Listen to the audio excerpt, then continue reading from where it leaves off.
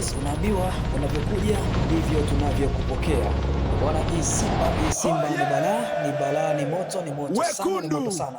Bwana, hebu angalia balaa la Keresto, angalia balaa la Libase Geye, angalia balaa la Dumbia, angalia balaa la Ino Luemba. Nakwambiaje, hii Simba subiri ligi ianze, na balaa utaliona, utamu utauona tarehe 8 kwenye Simba Day. Leo hii Simba, angalia kitu ambacho anakifanya Keresto apunguza watu karibia 6. Keresto bwana, check mwanzo mpaka mwisho.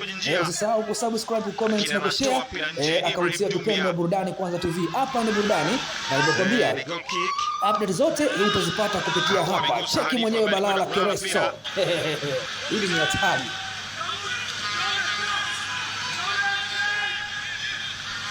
Venastus Masinde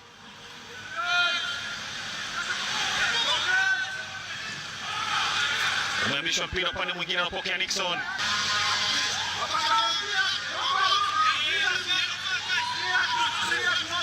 Pambana pale kuzunguka Diallo. Jilambo anakaa imara. Kagoma Semfuko anaondoa mpira. Loemba tanguliza mpira pembeni kwa Libase Geye. Libase Geye. Libase anamcheza kipa kwa Simba. Ino Kagoma tanguliza mpira kwa Libase Geye. Libase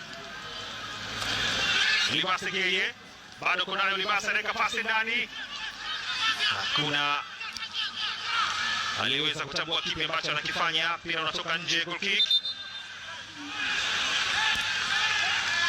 Alijaribu kuingia wakati ndani, kuna wachezaji wawili tu na yeye akiwa watatu, lakini pasi aliyopiga basi na shaka alikuwa ni kumtafuta Ibrahim Dumbia, akimwonyesha kwamba Libase anageuka vyema, anapigwa pasi ya pembeni. Sasa Ino Loemba, shambulizi la Simba. Ino Loemba ika pasi nyingine ndani, akalao kwenda kuondoshwa. Nixon Kibabage anakwenda chini, anaambiwa hakuna foul, goal kick.